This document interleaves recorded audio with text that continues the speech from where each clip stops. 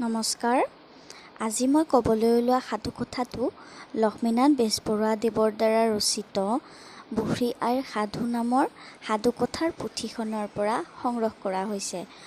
আৰু আজিৰ সাধুকথাটোৰ নাম হৈছে ঢোঁৰা কাউৰী আৰু টিপচী চৰাই।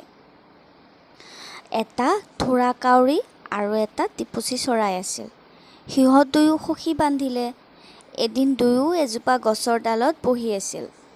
এনেতে দেখিলে যে এজনী বুঢ়ীয়ে ধান সিজাই চোতালত মেলি দিছে। ঢোঁৰা কাউৰীয়ে টিপচীক ক'লে, সখি সখি চোৱাচোন, সেই বুঢ়ীজনীয়ে সিজোৱা ধান ৰ'দত মেলি দিছে। এথাপ মাৰি আমি আনোহক আহা। টিপচীয়েও এৰা আনোহক আহা বুলি মাত দিলত ঢোঁৰা কাউৰীয়ে ক'লে, কিন্তু সখি এটা কথা, মই ঠোঁটত যিমান ধান আনিম, তুমিও যদি সিমান আনিব নোৱাৰা, তেনেহ'লে মই তোমাক খাম, আৰু তুমি যিমান আনিবা ময়ো যদি সিমান আনিব নোৱাৰোঁ, তেনেহ'লে তুমি মোক খাবা। ঢোঁৰা কাউৰীৰ কথা শুনি টিপচীয়ে ভাবিলে, মইতো তাতকৈ বেছি ধান একে থাপতে আনিব নোৱাৰিমেই। সেই দেখি বুজিছোঁ সি মোক খাবলৈ বুদ্ধি পাতিছে। বাৰু দেখাই যাওকচোন সি মোক কেনেকৈ খাব। ইয়াকে ভাবি টিপচীয়ে উত্তৰ দিলে, বাৰু সখি সেয়ে হওক। ঢোঁৰা কাউৰীয়ে ক'লে, তেন্তে তুমি আগেয়ে থাপ মাৰি আনা। টিপচীয়ে উত্তৰ দিলে, নহয় সখি, তুমি আগেয়ে আনা। কাউৰীয়ে ক'লে, তুমিহে আগ হ'ব লাগে, মই তোমাৰ পিছতহে। এই কথা শুনি টিপচীয়ে তাৰ এসোঁতমান ঠোঁটেৰে থাপ মাৰি এসোঁত ধান আনিলে, কিন্তু সি নিচেই তাকৰ। তাৰ পাছত ঢোঁৰা কাউৰীয়ে থাপ মাৰি ইমান ধান আনিলে যে টিপচীয়ে অনা ধানতকৈ সি অনেক গুণে সৰহ। ঢোঁৰা কাউৰীয়ে ধান আনিয়েই মাত লগালে, সখি, মই এতিয়া তোমাক খাব পাৰোঁ। টিপচীয়ে উত্তৰ দিলে, নিশ্চয় পোৱা। সেই দেখি তুমি মোক খাবা, কিন্তু তাৰ আগেয়ে তুমি মোৰ এটা কথা ৰাখিব লাগিব। তুমি সততে মৰাশ খাই ফুৰা, সেইবাবে তোমাৰ ঠোঁটটোত বৰ বেয়া গোন্ধ। তুমি অনুগ্ৰহ কৰি তোমাৰ ঠোঁটটো সাগৰৰ পানীত ধুই মোক খোৱা। ঢোঁৰা কাউৰীয়ে, বাৰু সখি, তোমাৰ কথা ৰাখিম। মই এতিয়াই মোৰ ঠোঁটটো সাগৰৰ পানীত ধুই আহোঁগৈ বুলি কৈ উৰি গৈ সাগৰৰ কাষ পাই সাগৰক মাতিলে, সাগৰ ককাই, অ' সাগৰ ককাই। সাগৰে উত্তৰ দিলে, কি হৈছে? ঢোঁৰা কাউৰীয়ে ক'লে, দে পানী পখালো ঠোঁট ভোজন কৰোঁ টিপচী গোট। সাগৰে উত্তৰ দিলে, কিহতকৈ দিম? যদি কিবা এটা পাত্ৰ দিব পৰা তেন্তে দিব পাৰোঁ। সাগৰৰ কথা শুনি কাউৰীয়ে টেকেলি এটা বিচাৰি কুমাৰৰ ঘৰলৈ গ'ল। কুমাৰক কাউৰীয়ে মাত লগালে, কুমাৰ ককাই, ঘৰত আছেনে? কুমাৰে উত্তৰ দিলে, আছোঁ, কিবা কৈছে? কাউৰীয়ে ক'লে, দে টেকেলি তোলো পানী পখালো ঠোঁট ভোজন কৰোঁ টিপচী গোট। কুমাৰে ক'লে, মোৰ ঘৰত গঢ়া টেকেলি নাই, যদি অলপমান মাটি আনি দিব পাৰা তেন্তে মই টেকেলি এটা গঢ়ি দিব পাৰোঁ। কুমাৰৰ কথা শুনি কাউৰীয়ে মাটিৰ ওচৰলৈ গৈ মাটিক ক'লে, দে মাটি দিওঁ কুমাৰক গঢ়ক টেকেলি, তোলো পানী পখালো ঠোঁট ভোজন কৰোঁ টিপচী গোট। মাটিয়ে উত্তৰ দিলে, মই নিজে কেনেকৈ দিম? যদি কিবা উপায়েৰে খান্দি নিব পাৰা নিয়া। মাটিৰ সমিধান পাই কাউৰীয়ে মহৰ ওচৰ পালেগৈ।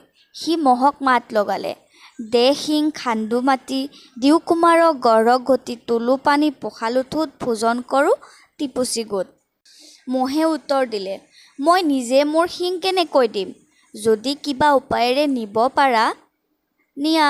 মহৰ কথা শুনি কাউৰীয়ে গৈ কুকুৰৰ ওচৰ পাই কুকুৰক ক'লে, মাৰ মহ নিওঁ শিং খান্দো মাটি, দিওঁ কুমাৰক গঢ়ক ঘটি, তোলো পানী পখালো ঠোঁট ভোজন কৰোঁ টিপচী গোট।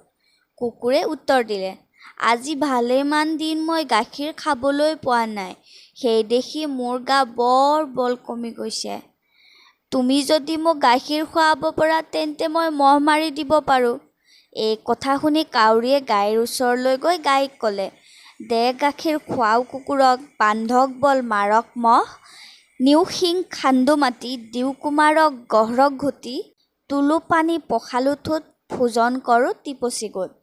গায়ে উত্তৰ দিলে, মই বুঢ়ী হৈছোঁ, ভালেমান দিন ভালকৈ ঘাঁহ খাবলৈ পোৱা নাই। তুমি যদি মোক ভালকৈ এসোপা ঘাঁহ খাবলৈ দিব পৰা তেন্তে মই তোমাক যিমান গাখীৰ লাগে সিমান দিম। গাইৰ উত্তৰ শুনি কাউৰীয়ে ঘাঁহৰ ওচৰলৈ গৈ ঘাঁহক ক'লে, দে ঘাঁহ খুৱাও গাইক ওলাওক গাখীৰ, খুৱাও কুকুৰক বান্ধক বল মাৰক মহ, নিও শিং খান্দো মাটি, দিও কুমাৰক গঢ়ক ঘটি, তোলো পানী পখালো ঠোঁট, ভোজন কৰোঁ টিপচি গোট। ঘাঁহে উত্তৰ দিলে, মই কেনেকৈ ঘাঁহ দিম, যদি কাটি নিব পাৰা নিয়া। ঘাঁহৰ কথা শুনি কাউৰীয়ে কমাৰৰ ঘৰ পালেগৈ। বাহিৰৰ পৰা কাউৰীয়ে কমাৰক মাত লগালে, কমাৰ কাই ঘৰত আছেনে? কমাৰে উত্তৰ দিলে, আছোঁ কাউৰী ভাই, কি সকামত বা আহিলা? কাউৰীয়ে উত্তৰ দিলে, দে খন্তি কাটো ঘাঁহ, খুৱাও গৰুক ওলাওক গাখীৰ, খুৱাও কুকুৰক বান্ধক বল মাৰক মহ, নিও শিং খান্দো মাটি, দিও কুমাৰক গঢ়ক ঘটি, তোলো পানী পখালো ঠোঁট, ভোজন কৰোঁ টিপচি গোট। কমাৰে ক'লে, মোৰ জুইকুৰা নুমাই গ'ল, যদি মোক জুই অলপ আনি দিব পাৰা তেন্তে মই এতিয়াই খন্তি এখন গঢ়ি দিব পাৰোঁ। কাউৰীয়ে কমাৰৰ কথা শুনি চাৰিওফালে চাই দেখিলে যে সাগৰৰ সিপাৰে এঠাইত জুইৰ ধোঁৱা ওলাইছে। দেখিয়েই সি উৰি গৈ সিপাৰ পাই এজনী বুঢ়ীয়ে ধান সিজাই থকা দেখিলে। বুঢ়ীৰ ওচৰ চাপি কাউৰীয়ে ক'লে, আই মোক অলপ জুই দিব পাৰানে? বুঢ়ীয়ে উত্তৰ দিলে, কিহত কৈ দিম? কাউৰীয়ে ক'লে, মোৰ ডেউকাৰ ভিতৰতে বান্ধি দিয়া।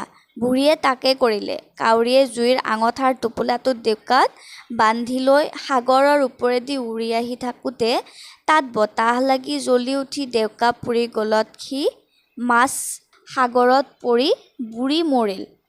ইফালে টিপচীয়ে মনে মনে কাউৰীৰ পিছে পিছে আহি আগৰে পৰাই গুৰিলৈকে আটাইবোৰ লক্ষ্য কৰি আছিল। শেষত কাউৰীৰ এনে মৃত্যু দেখি সি সন্তোষ পাই এজোপা গছৰ ডালৰ পৰা উৰি আন এজোপা গছৰ ডালত পৰিলগৈ। আৰু মূৰ কানি কোলাহলত ময়ো গুচি আহিলোঁ। ঢেকীয়াই মেলিলে থোৰ, মোৰ কথাৰ পৰিলোৰ, তামোলে মেলিলে দাবী, কোন কলৈ যাবি, কলা মেকুৰীৰ বগা কাণ, ডাকি বোলা ৰাম ৰাম। সাধু কথাটো শেষলৈকে শুনাৰ বাবে বহুত বহুত ধন্যবাদ। যদি শুনি ভাল পালে তেনেহ'লে মোৰ চেনেলটো ছাবস্ক্ৰাইব কৰি দিব। ধন্যবাদ।